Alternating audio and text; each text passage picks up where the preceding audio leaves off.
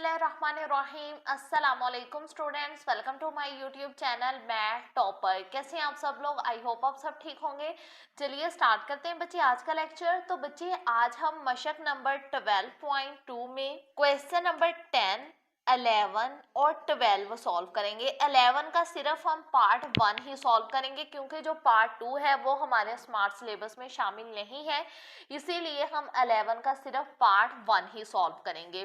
तो question number 10 की statement देखो। एक हॉस्टल में 10 तलबा के दोपहर के खाने की माहाना हाजिरियों का रिकॉर्ड कुछ इस तरह है। ठीक है, ये रिकॉर्ड दे दिया उन्होंने गैर ग्रोही मवाद में।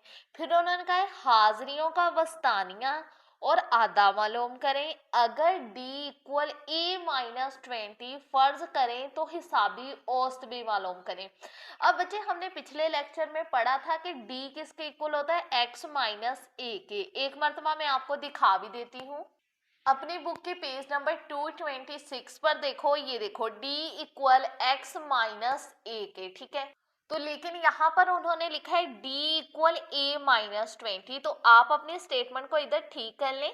इधर a की जगह x आना था। ये देखो d equal x minus a ऐसे आना था, और ये जो 20 है ये उन्होंने a की वैल्यू दी हुई है। तो बेसिकली यहाँ पर d इक्वल x माइनस 20 आना है। ठीक है, अगर आपकी बुक में भी ऐसे गलत ही स्टेटमेंट है तो इसे ठीक कर ले। तो फिर उन्होंने कहा हिसाबी औसत भी मालूम करें। पहले हम मालूम करते हैं हाजिरियों का वस्तानिया। वस्तानिया मालूम करने के लिए बच्चे हमने अपनी रकम लिख ली, फिर हमने लिख लिया मवाद को तरतीब सौदी में लिखने से। सौदी मीन ऐसे 1 2 3 4 5 ऐसे चलता जा रहा है। अब इस हम डाटा में देखेंगे कि सबसे छोटी रकम कौन सी है। सबसे छोटी रकम है 11, तो आ जाएगा 11। 11 के बाद जो बड़ी रकम है वो है 12, और 12 के बाद जो रकम है वो है 13। अब 13 से बड़ी रकम है 14। अब 14 के बाद जो रकम है वो 15 है। ये 2 टाइम्स है तो हम 15 को ऐसे 2 टाइम्स लिखेंगे। अब 15 के बाद जो रकम है वो है 16। 16 के बाद 17, और 17 के बाद 18। अब 19 और 20 वो नहीं है। अब 18 के बाद जो बड़ी रकम है वो है हमारी 21। ऐसे मवाद को तरतीब सौदी में लिख लिया। अब हम ये वैल्यूज काउंट करेंगे कि कितनी वैल्यूज हैं। 1 2 3 4 5 6 7 8 9 10। चाहे ये काउंट कर लें चाहे ये कर लें, आंसर तो सेम आएगा। 10 वैल्यूज हैं तो यहाँ पर हमने लिख लेना है 10। चूंकि n इक्वल 10 जुफ्त है, इसलिए अब 10 एक जुफ्त नंबर है ना, इसीलिए वस्तानिया का जुफ्त वाला फॉर्मूला लगेगा गैर ग्रोही मवाद के लिए। वस्तानिया का अपना फॉर्मूला लगा लिया। अब देखो 1/2 फॉर्मूले का, n हमारे पास कितना है 10/2 फॉर्मूले का, प्लस कदर अब n है हमारे पास 10 प्लस 2 फॉर्मूले का, और ओवर 2 भी फॉर्मूले का। अब देखो 2 1 2, 2 5 10, 1/2 ये आ गया पांचवी कदर, प्लस 10 में 2 प्लस किए यहाँ पर आ जाएगा 12/2 फॉर्मूले का। ठीक है बच्चे, 1/2 पांचवी कदर प्लस 2 1 2, 2 6 12, तो यहाँ पर आ जाएगा छवीं कदर। अब जो हमने अपने डाटा को तरतीब सौदी में लिखा है ना, उसमें हम देखेंगे कि पांचवें नंबर पर कौन सी रकम है। ये देखो 1 2 3 4 5, ये जो 15 है पांचवें नंबर पर है तो आ जाएगा 15, प्लस छवीं कदर। अब छवें नंबर पर भी 15 है क्योंकि ये पांचवें पर है तो ये छवें पर होगा। 15 ही है तो यहाँ पर भी ऐसे 15 ही आ जाएगा। ठीक है, वस्तानिया इक्वल 1/2। अब बच्चे 15 में 15 प्लस करेंगे, इसका हमारे पास आ जाएगा 30। ठीक है, अब देखो 2 1 2, 15 2 30। अब 15 को 1 के साथ मल्टीप्लाई कर देंगे तो इसका हमारे पास 15 ही आएगा। ये आ गया हमारे पास इसका वस्तानिया। अब हमने मालूम करना है इसका आधा। आधा को जाहिर करते हैं x, और इसके ऊपर ऐसे छोटा सा निशान बना होता है। अब गैर ग्रोही मवाद का जब आधा मालूम करते हैं तो वो रकम देखते हैं जो बार बार रिपीट हुई हो। तो अगर आप गौर करें 15 एक ऐसा नंबर है जो 2 मरतबा आया है यानी रिपीट हुआ है, तो इसका आधा भी क्या हो जाएगा 15। ये हमने इसका आधा भी मालूम कर लिया। अब मालूम करेंगे इसकी हिसाबी औसत। अब बच्चे हिसाबी औसत मालूम करने के लिए हमने अपना डाटा लिख लिया। अब हिसाबी औसत ना वो पहले वाले कुलिये से नहीं मालूम होगी, X bar equal sigma X over N. उससे क्यों मालूम नहीं होगी? क्योंकि यहाँ पर उन्होंने हमें डी भी दे दिया है। उन्होंने कह दिया डी इक्वल एक्स माइनस 20, ठीक है, डी भी यहाँ पर उन्होंने हमें दे दिया है। अब इसके लिए फिर हिसाबी औसत का ना जो गैर ग्रोही मवाद के लिए मुख्तसर कुलिया है वो लगेगा, ठीक है। आ जाएं अपनी बुक के पेज नंबर 227 पर। ये देखो, ये हिसाबी औसत के मुख्तसर कुलिये हैं गैर ग्रोही मवाद के लिए और ग्रोही मवाद के लिए। अब हमारे पास गैर ग्रोही मवाद है ना, इसीलिए ये वाला कुलिया लगेगा, ठीक है बच्चे। अब ए यहाँ पर पहले हमारे पास ए नहीं होता था तो हम एक्स की कोई सी भी वैल्यू उठाकर इसे ए कह लेते थे, लेकिन अब यहाँ पर उन्होंने हमें ए दिया हुआ है, ए इक्वल है 20 के। तो यहाँ पर हमने अपने डाटा को इस शक्ल में लिख लिया, इधर x आ गया, इधर d इक्वल एक्स माइनस ए, डी हमें चाहिए, ठीक है। अब बच्चे देखो, x की वैल्यू 21 माइनस a की वैल्यू 20। अब 21 में से अगर हम 20 माइनस करेंगे इसका हमारे पास 1 नहीं आएगा, ठीक है। अब देखो, x की वैल्यू 15 माइनस a की वैल्यू 20। अब 15 में से 20 माइनस करेंगे इसका हमारे पास 5 आ जाएगा। अब बड़ी वैल्यू 20 है, इसके साथ माइनस है तो यहाँ पर माइनस लगेगा, ठीक है। कैलकुलेटर पर भी कर सकते हो, ऐसे भी कर सकते हो। अब 16 में से अगर हम 20 माइनस करें 4 आ जाएगा। 16 x की वैल्यू और 20 जो है वो a की वैल्यू। अब बड़ी रकम 20 है तो इसके साथ भी माइनस लगेगा। अब x की वैल्यू 18 और a की वैल्यू 20। 18 में से 20 माइनस किया 2, बड़ी वैल्यू 20, माइनस का साइन तो इसके साथ भी माइनस लग जाएगा। अब 14 में से अगर हम 20 माइनस करेंगे 6, बड़ी वैल्यू 20, माइनस का साइन तो इसके साथ भी माइनस लग जाएगा। अब x की वैल्यू 17 और a की वैल्यू 20। 17 में से 20 माइनस करेंगे तो इसका हमारे पास आ जाएगा 3। अब यहाँ पर भी 20 बड़ी वैल्यू है, इसके साथ माइनस है तो यहाँ पर हम माइनस लगा दें। अब 15 में से 20 माइनस किया, इसका हमारे पास आ जाएगा 5, बड़ी वैल्यू 20, माइनस का साइन तो इसके साथ भी माइनस लग जाएगा। अब देखो, 12 में से 20 माइनस किया 8, बड़ी वैल्यू 20, माइनस का साइन तो इसके साथ भी माइनस। 13 में से 20 माइनस किया 7, बड़ी वैल्यू 20 तो इसके साथ भी माइनस। 11 में से 20 माइनस करेंगे तो इसका हमारे पास आ जाएगा 9, ठीक है। बड़ी वैल्यू 20 है, माइनस का साइन है तो इसके साथ भी माइनस लग जाएगा। अब फॉर्मूला के लिए हमें सिग्मा डी भी चाहिए, तो हम सिग्मा डी मालूम करेंगे। सिग्मा का मतलब होता है मजमुआ। अब सिग्मा डी मालूम करने के लिए हम ये सारी वैल्यूज को प्लस कर लेंगे। 1 प्लस, अब ऐसे ब्रैकेट में है तो ब्रैकेट में लिखेंगे -5। अब 4 के साथ भी माइनस है तो इसे भी हम ब्रैकेट में लिखेंगे। फिर आगे है प्लस, यहाँ पर भी इसके साथ माइनस है तो -2 ऐसे ब्रैकेट में लिखेंगे। सही है, ऐसे हम सारी वैल्यूज को प्लस कर लेंगे, जिनके साथ माइनस है उसे ऐसे ब्रैकेट में लिख देंगे। तो हमारे पास इसका आ जाएगा -48। सिग्मा डी आ गया हमारे पास -48। अब हम फॉर्मूला में वैल्यूज पुट करेंगे। सिग्मा डी आ गया हमारे पास -48 और n, ये कितने नंबर्स हैं टोटल? 10 नंबर्स हैं, तो n की जगह यहाँ पर आ जाएगा 10 प्लस। तो जी स्टूडेंट्स, अब a की वैल्यू देखो, a की वैल्यू उन्होंने हमें दी ही हुई थी 20, तो यहाँ पर लग जाएगा 20, x बार इक्वल 20। अब देखो, प्लस माइनस माइनस। अब 48 और 10 को हम कट करके देख लेते हैं कि कौन से टेबल पर ये कट हो रहे हैं, बल्कि डिवाइड ही कर देते हैं इसे। देखो, 48 को 10 पर डिवाइड किया तो यहाँ पर हमारे पास आ जाएगा 4.8। यहाँ पर आ गया 4.8, ये बटा नहीं आएगा, ठीक है। अब x बार, अब 4.8 में से अगर हम माइनस करें 20 को, यहाँ पर ऐसे लिख लेना है 20 माइनस आंसर, तो हमारे पास आ जाएगा इसका 15.2। ठीक है बच्चे, ये आ गई इसकी हिसाबी औसत x बार इक्वल 15.2। ये आ गया इसका आंसर। अब हम चलते हैं अपने नेक्स्ट क्वेश्चन की तरफ। तो जी स्टूडेंट्स, सवाल नंबर 11 की स्टेटमेंट देखें। तकसीमे इनामात के दिन 50 तलबा के लाए हुए जेब खर्च की तफसील दर्ज झैल जदूल में दी गई है। ये उन्होंने हमें जेब खर्च की तफसील दे दी। अब यहाँ पर तअद्दद भी है हमारे पास, तो हम समझ जाएंगे ये ग्रोही मवाद है। तो हमने दर्ज वाला मवाद का वस्तानिया और आधा मालूम करना है। पार्ट 2 हम नहीं करना क्योंकि ये हमारे स्मार्ट सिलेबस में शामिल नहीं है। अब सबसे पहले हम मालूम करते हैं ग्रोही मवाद का वस्तानिया। अब बच्चे देखो, वस्तानिया मालूम करने के लिए हमने अपने डाटा को इस शक्ल में लिख लिया, ये रुपए लिख ले और तअद्दद लिख लिए। अब यहाँ पर हम हकीकी जमाती हदूद नहीं मालूम कर सकते। क्यों नहीं मालूम कर सकते?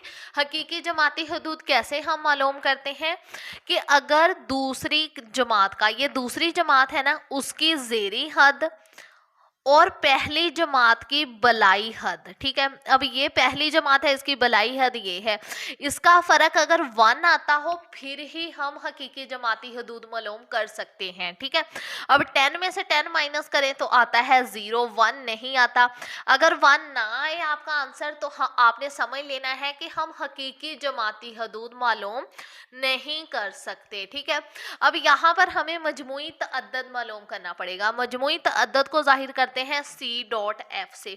अब ये कैसे मालूम कर सकते हैं? पहला मजमुई तअद्दद यही आ जाता है, 12 है ना तअद्दद, यही पहला मजमुई तअद्दद आ जाएगा। अब दूसरा हमने कैसे मालूम करना है, ये देखो 12, इसे प्लस कर देना है 9 में, 12 प्लस 9, तो क्या आंसर आ जाएगा हमारे पास? ये देखो आ गया हमारे पास 21, इधर हमने लिख लेना है 21। अब आंसर 21 आया, अब हमने 21 लिखकर फिर प्लस 18 में करते जाना है, ठीक है। जो आंसर आता जाएगा उसे तअद्दद में प्लस करते जाना है। अब 21 प्लस 18 करेंगे तो हमारे पास आ जाएगा 39, तो यहाँ पर आ गया हमारे पास 39। अब देखो आंसर आया 39 प्लस 7, ठीक है। अब 39 में अगर हम 7 प्लस करेंगे तो इसका हमारे पास आ जाएगा 46। यहाँ पर आ गया हमारे पास 46। अब 46 प्लस 4, अब 46 में अगर हम 4 प्लस करेंगे तो इसका हमारे पास आ जाएगा 50। ये देखो 46 प्लस 4 आ गया हमारे पास 50, ठीक है बच्चे। अब हम सिग्मा एफ मालूम करेंगे। सिग्मा एफ जो होता है ना वो इक्वल होता है एन के, यानी एन मतलब जो हमारा सिग्मा एफ होगा वही हमारा एन होगा इस तरह के ग्रोही मवाद में। अब हम सिग्मा एफ मालूम करते हैं। 12 प्लस 9 प्लस 18 प्लस 7 प्लस 4, क्या आंसर आ गया 50। तो सिग्मा एफ इक्वल एन आ गया हमारे पास 50। अब बच्चे ग्रोही मवाद के लिए जब हमने वस्तानिया मालूम करना है ना, तो सबसे पहले हमने मजमुई तअद्दद में मालूम करनी है वस्तानी जमात। अब वस्तानी जमात मालूम करने का फॉर्मूला होता है n/2, यानी जो n का आंसर आता है उसे 2 पर डिवाइड कर देते हैं। अब n हमारे पास है 50, इसे डिवाइड कर देना है 2 से, ठीक है। 2 1s are 2, 25 2s are 50, तो क्या आंसर आ गया 25। अब हमने इसमें से देखना है कि हमारा जो 25 है वो किस जमात में है। अब अगर आप गौर करो ना, ये जो जमात है यहाँ पर 21 तक एंड हो जाता है ना, इस जमात में 22 से लेकर 39 तक नंबर हैं। इसका मतलब जो 25 है ना हमारा, वो भी हमारा इस जमात में होगा। इसीलिए हमने इसे नाम दे देना है वस्तानी जमात का, क्योंकि हमें पता है जो हमारा 25 है वो इसी जमात में है, क्योंकि इस जमात में 22 से लेकर 39 तक नंबर है। अब हमने क्या करना है कि ये इस अपनी वस्तानी जमात को ना ऐसे डार्क कर देना है ताकि ये ना हमें नजर आ जाए वाजिया। ऐसे थोड़ा सा अपनी वस्तानी जमात को डार्क कर लें। अब ग्रोही मवाद के लिए वस्तानिया मालूम करने का फॉर्मूला आपको पता है। ये फॉर्मूला आपकी बुक के पेज नंबर, बच्चे आ जाए अपनी बुक के पेज नंबर 230 पर। ये देखो वस्तानिया इक्वल x, ठीक है, L plus H/F N/2 minus C।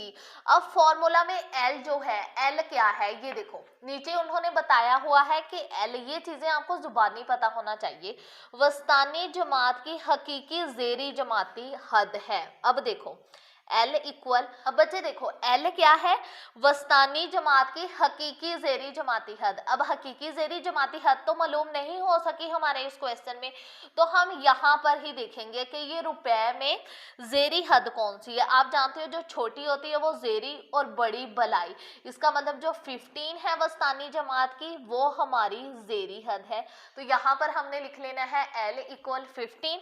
अब H जो है, H होता है वस्तानी जमात की जमाती हदूद की जसामत, ये हमारी वस्तानी जमात और ये इसकी जमाती हदूद, ठीक है। कि जसामत कैसे मालूम करते हैं, आपने बलाई को माइनस कर देना होता है ज़ेरी से, मतलब बड़ी को माइनस करना है छोटी से। तो क्या आ गया हमारे पास 5, इसका मतलब जमाती हदूद की जसामत भी क्या है 5, ठीक है। जो हमारी वस्तानी जमात है ना उसकी हमने जमाती हदूद की जसामत लिखनी है। ये आ गई हमारे पास 5। अब जो F है, F होता है वस्तानी जमात का तअद्दद। आप अपनी बुक में से भी देख सकते हैं, आपको जुबानी भी पता होना चाहिए। F वस्तानी जमात का तअद्दद। अब वस्तानी जमात का तअद्दद क्या है 18, तो F इक्वल आ गया हमारे पास 18, ठीक है। अब यहाँ पर n हम लोग जानते हो क्या होता है, सिग्मा f ही होता है। n इक्वल आ गया हमारे पास 50, ठीक है। n/2 माइनस यहाँ पर c आ रहा है बच्चे, गलती से मुझसे 2 लिखा गया, c आ रहा है। अब बच्चे c क्या होता है, c होती है वस्तानी जमात से पहली जमात का मजमुई तअद्दद। अब ये हमारी वस्तानी जमात, इससे पहली जमात कौन सी है, ये वाली, ठीक है। इसका मजमुई तअद्दद जो है इसे c कहते हैं, ठीक है। ऐसे आप c लिख भी सकते हो। अब c की क्या वैल्यू है 21, क्योंकि मजमुई तअद्दद इसका हमारे पास 21 ही आया। अब हमने अपनी वैल्यूज लिख ली है ना इधर, अब हम अपने फॉर्मूला में पुट कर लेंगे। वस्तानिया इक्वल, अब L देखो हमारे पास 15 प्लस H देखो हमारे पास 5 और F है हमारे पास 18 और N है हमारे पास 50/2 फॉर्मूले का, माइनस C की वैल्यू देखें हमारे पास क्या है 21। वस्तानिया इक्वल 15 प्लस, अब 5 18 पर डिवाइड हो रहा है ना, तो हम 5/18 कर देंगे, तो हमारे पास ऐसे आ गया 0.277। तो हम ऐसे लिख लेंगे 0.277 है ना। देखो अब बच्चे देखो ऐसे आंसर है ना 0.2777 और आगे ये चलता जा रहा है। ये देखो 7 5 से बड़ा है तो हम साथ वाले नंबर में 1 प्लस कर देंगे, 7 में 1 प्लस करेंगे तो यहाँ पर आ जाएगा 8। अब देखो 2 1 जार 2, 25 2 जार 50, तो यहाँ पर आ गया 25 माइनस 21। वस्तानिया इक्वल 15 प्लस 0.2778।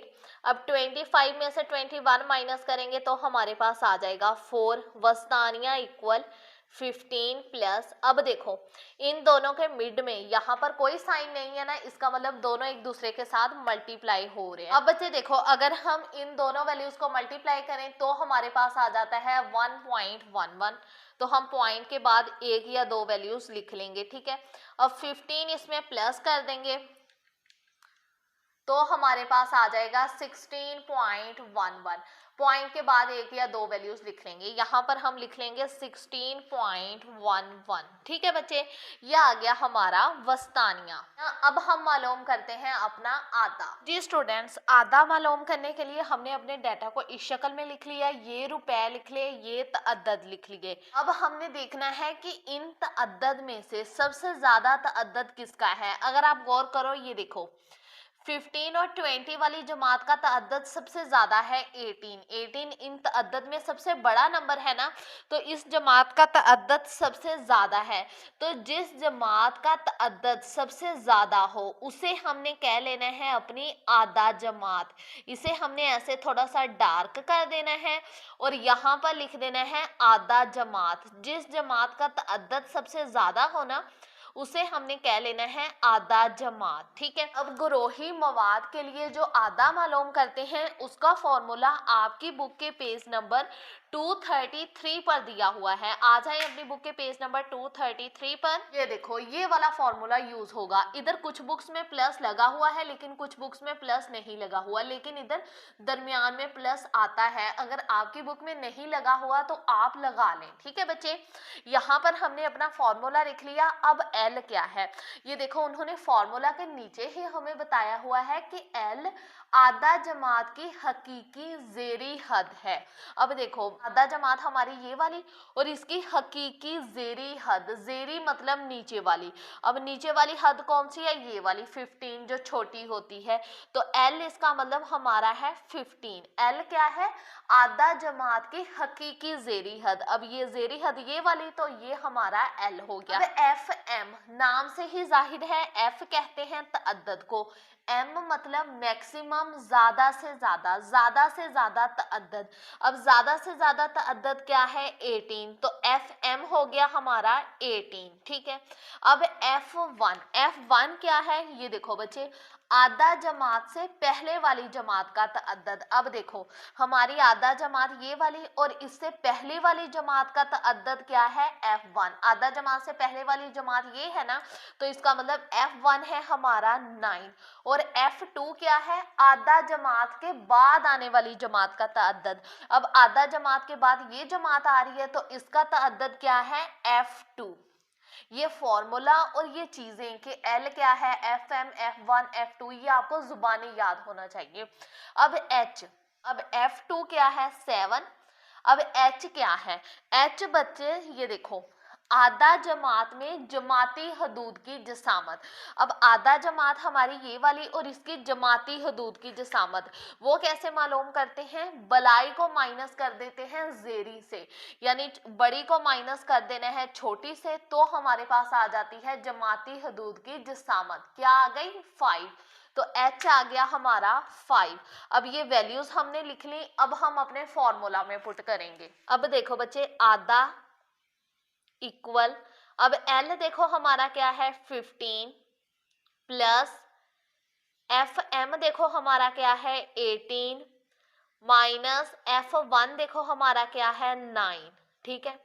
FM क्या है हमारा 18 माइनस फॉर्मूले का F1 है हमारा 9 प्लस, अब FM हमारा 18 माइनस F2 देखो हमारा क्या है 7 मल्टीप्लाई, अब H हमारा क्या है 5, ठीक है। आधा इक्वल 15 प्लस, अब 18 में से अगर हम 9 माइनस कर दें 9 ही आ जाएगा। 18 में से 9 माइनस करेंगे यहाँ पर भी हमारे पास 9 ही आ जाएगा। प्लस अब अगर हम 18 में से 7 माइनस कर दें तो हमारे पास आ जाएगा 11, ठीक है। मल्टीप्लाई 5, आधा इक्वल 15 प्लस 9। अब 11 और 9 इन दोनों के दरमियान प्लस है, इसका मतलब ये प्लस हो रहे हैं। 11 में 9 प्लस करेंगे तो इसका आ जाएगा हमारे पास 20 मल्टीप्लाई 5, ठीक है। अब देखो बच्चे आधा इक्वल 15 प्लस, अब बच्चे देखो अगर हम 9 डिवाइड 20 कर दें, बटा है ना, इसका मतलब ये डिवाइड हो रहे हैं, तो हमारे पास आ जाएगा 0.45। यहाँ पर आ गया हमारे पास 0.45 मल्टीप्लाई 5। अब ये 5 के साथ मल्टीप्लाई हो रहा है तो पहले इसे मल्टीप्लाई 5 कर देंगे तो हमारे पास आ गया 2.25। आधा इक्वल 15 प्लस यहाँ पर आ जाएगा 2.25। अब हम 2.25 में अगर हम 15 प्लस कर दें तो हमारे पास आ जाएगा 17.25, ठीक है स्टूडेंट्स। ये आ गया इसका आधा, यही चीज हम लोगों ने मालूम करनी थी। अब हम चलते हैं अपने नेक्स्ट क्वेश्चन की तरफ। तो जी स्टूडेंट्स सवाल नंबर 12 की स्टेटमेंट देखें। 20 लड़कों की उम्रों का हिसाबी औसत 13 साल 4 माह और 5 दिन है। इनकी उम्रों का मजमुआ मालूम करें। पहले हम इतना क्वेश्चन सॉल्व करेंगे, ठीक है।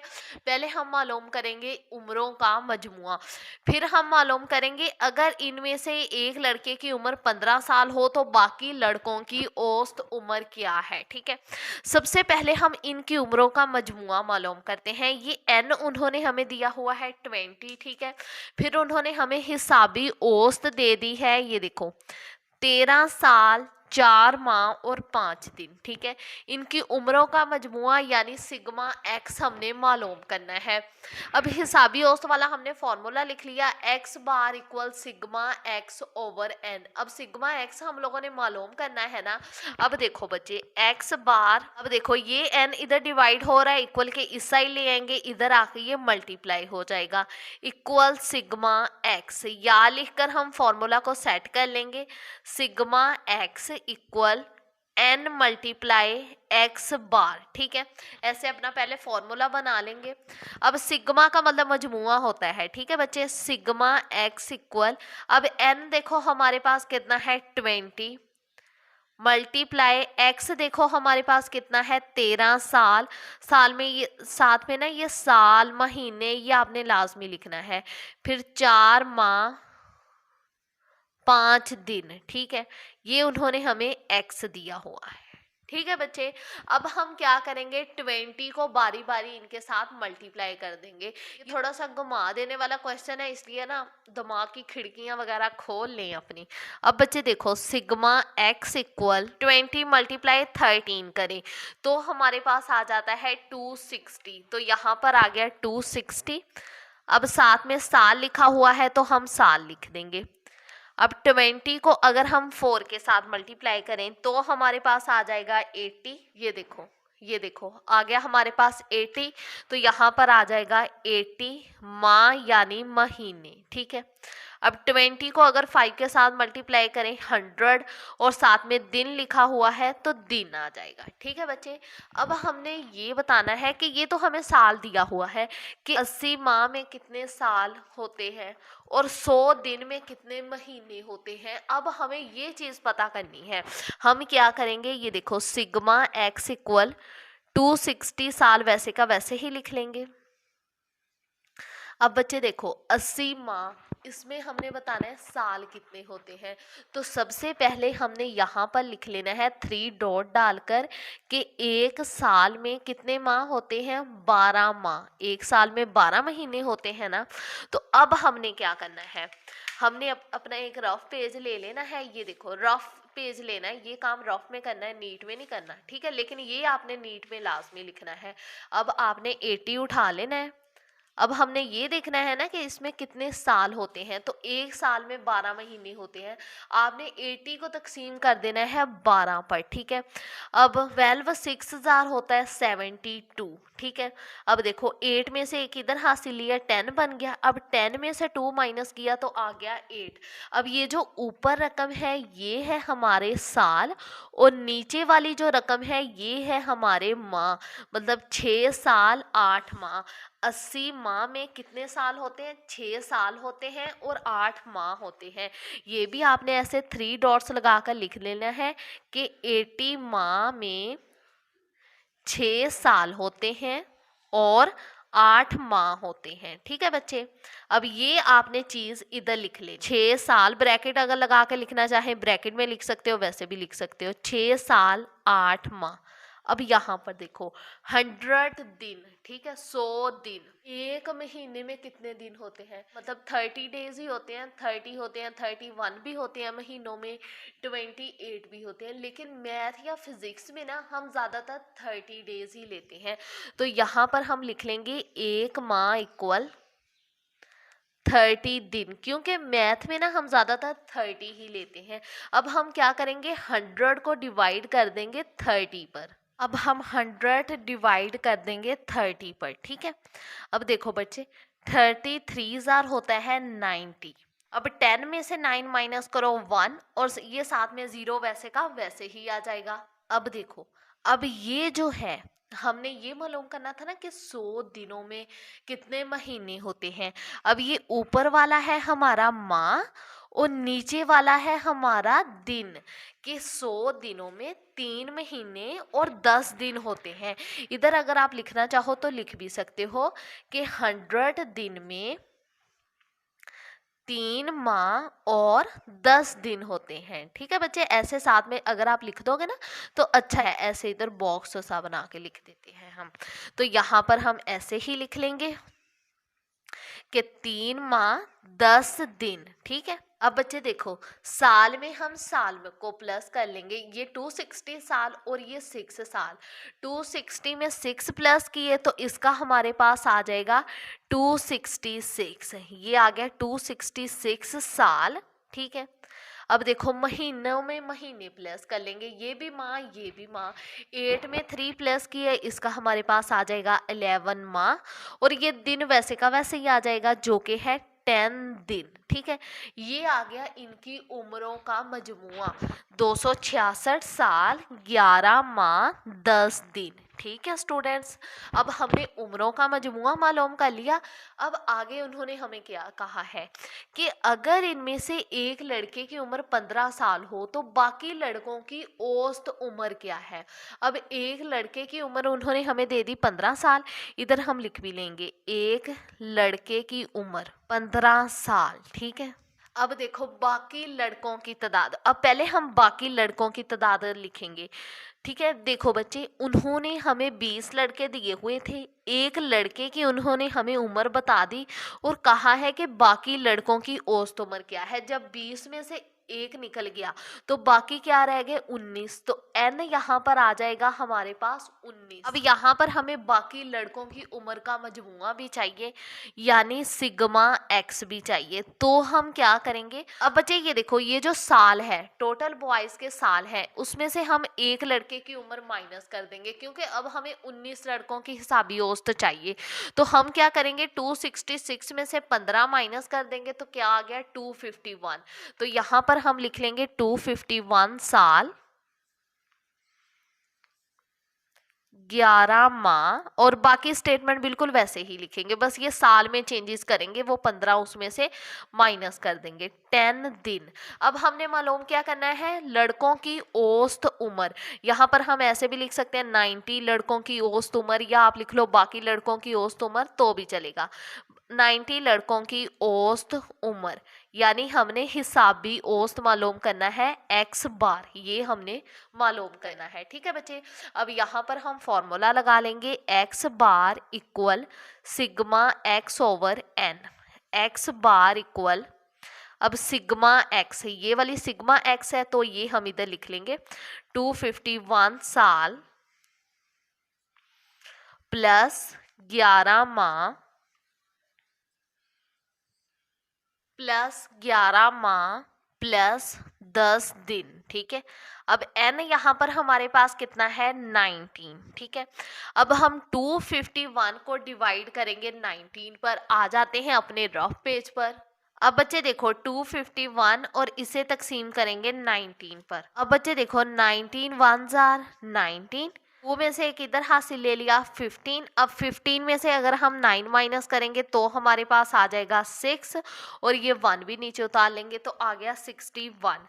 अब 19 3 जार बच्चे होता है 57। ठीक है, 6 में से एक इधर हासिल लिया तो यहाँ पर बन गया 11। अब 11 में से अगर हम 7 माइनस करेंगे तो हमारे पास आ जाएगा 4। ठीक है, यहाँ पर आ गया 4, ये हमारे पास आ गए साल, और इसे भी अब हम साल ही कहेंगे 13 साल। तो सबसे पहले यहाँ पर तो हम लिख लेंगे x बार इक्वल 13 साल। अब ये जो हमारे पास नीचे साल आए हैं ना 4 साल, इसे हम कन्वर्ट करेंगे मंथ में, यानी महीनों में तब्दील करेंगे। महीनों में कैसे तब्दील करेंगे, देखो एक साल में महीने कितने होते हैं 12। अब हम क्या करेंगे 4 को मल्टीप्लाई कर देंगे 12 के साथ। 12 4 जार 48, तो यहाँ पर आ गया 48 माह। तो इसे हम प्लस कर देंगे 11 माह में, क्योंकि हमने जो हमारे पास बाकी साल बचे ना उसे कन्वर्ट करना है महीनों में।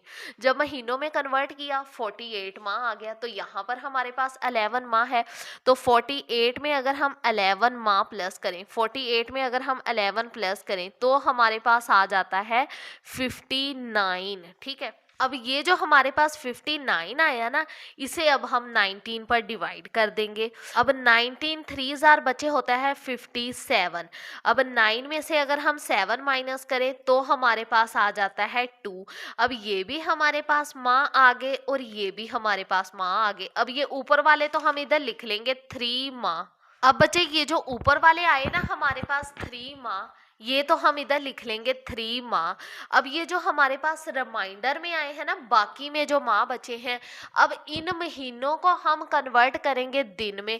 जैसे जो हमारे पास साल नीचे बाकी बचे थे उसे महीनों में कन्वर्ट किया ना, अब ये महीने बाकी बचे हैं तो इसे कन्वर्ट करेंगे दिन में। एक महीने में कितने दिन होते हैं? 30। वैसे तो 31 भी होते हैं, 28 भी होते हैं, लेकिन हम ज्यादातर 30 ही लेते हैं मैथ में।